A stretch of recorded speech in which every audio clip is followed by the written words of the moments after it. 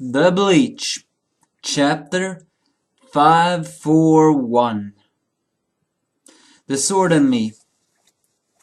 His name, let's just say, this was a confusing, yet at the same time somewhat satisfying chapter. I don't know what everybody else thought about it, but a part of me actually was happy, another part of me was actually not happy with this. The whole summary is that Ichigo remembers when he first saw Yukabak, and that a bit of him got reminded that it really did look like Sangetsu. He looks at the Sangetsu spirit, and the rain begins to fall in his world because he's in despair. He wonders who he is, and the sword and the spirit just answers, "I am not Sangetsu." Ichigo begins to scream in despair and wonders, then who the hell are you? Are you a friend? Are you an ally?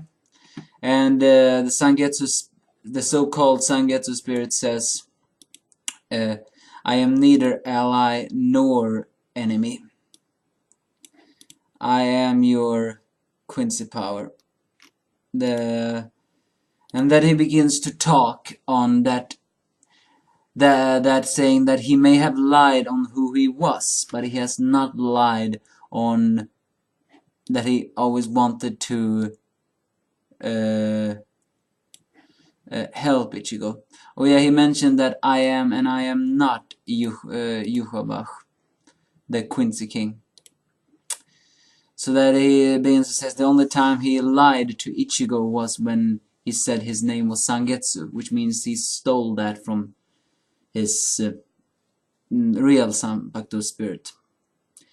He also mentions that at the beginning he did not want Ichigo to become a Shinigami. I guess since he had the Quincy powers, he wanted him to become a Quincy.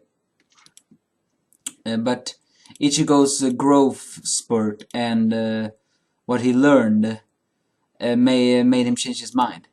He also mentions that Ichigo should not have been surprised by this, seeing that apparently every time Sangetsu taught him how to use a Sanpakto, except the time when he tried to learn Bankai. Exactly how did he learn Bankai? He used the power of Hollow, and the Hollow saved Ichigo's life every time he was in danger. But the thing is, apparently, that the so-called Sangetsu spirit wanted to Ichigo not becoming a Shinigami, and he tried to stop him. But the more he didn't want to see Ichigo hurt. But the more Ichigo tried to do it, the more he realized it was wrong to stop him, and then he began to embrace the fact that Ichigo could become a Shinigami. But he, as his Quincy power, wanted to be the core of his power, but he couldn't. It's almost like a father and a son. I guess that matches Yuhabach's way of saying that every Quincy is his son, or some sort. But he also said that if he were to become a Shinigami one day, he would have to kill him. He then summons what looks like the same broadsword that Yuhabach wielded. But I mustn't let you become a Shinigami. If you, I will have to kill you. However, and that's what he mentions, that he changed his mind. That Sangetsu's heart wavered every time he saw Ichigo train hard. When hurt and suffering, you should pursue that path. Eventually, instead of stopping you from becoming Shinigami, my heart started to help you in your path. And now, like this, and now with this, he says, Sangetsu's spirit begins to disappear. He then smiles at him. I think it's the first time Sangetsu has ever smiled. And he mentions that he's proud to have watched Ichigo grow, and that he's satisfied. Ichigo still wants some answers, but Sangetsu's spirit disappears and leaves behind that glowing sword, saying, "This will become your real son. This will become your real Sanpakto. This will become your real Sangetsu." Well, technically he do not say that, but he mentions that. So that mentions that the name of his Sanpakuto has always been Sangetsu. He will not get a new Sanpakuto with a new name. No. He will still have the Sangetsu Sanpakuto, just a new or a real Sanpakuto spirit. There are some questions that even I still do not understand. I mean, one of them is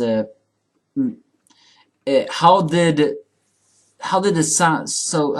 so-called Sangetsu spirit made Ichigo learn Bankai? How did he revert to his younger age? How did the fact that sometimes it looked like the Hollow and the Sangetsu spirit were cooperating? Those answers are actually not really there yet. Oh yeah, that Sangetsu actually falls a tear also. The same way when he taught him the final Getsuga Tensho, even though what that is now. This was satisfying because Ichigo did not have to kill Sangetsu. And Sangetsu himself, or I'm gonna call him that right now, disappeared with his own free will. It could mean that Ichigo's heart made him change him. That is actually something that is a little bit heartbreaking.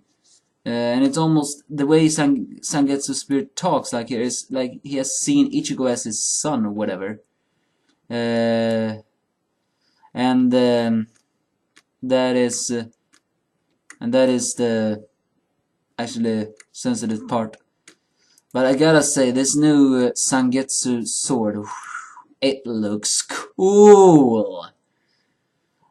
And it's a bursting, and unlike the other one, it seems to be more of a light material. Can't wait to see it. But the Sanpakuto, the fake Sangetsu spirit, if you are now gone forever, I gotta say I'm gonna miss you. You are so damn mysterious. But it's nice to know that you never wanted to destroy Ichigo. I will say he is an ally. Well, that's all about this chapter. I'll see you later.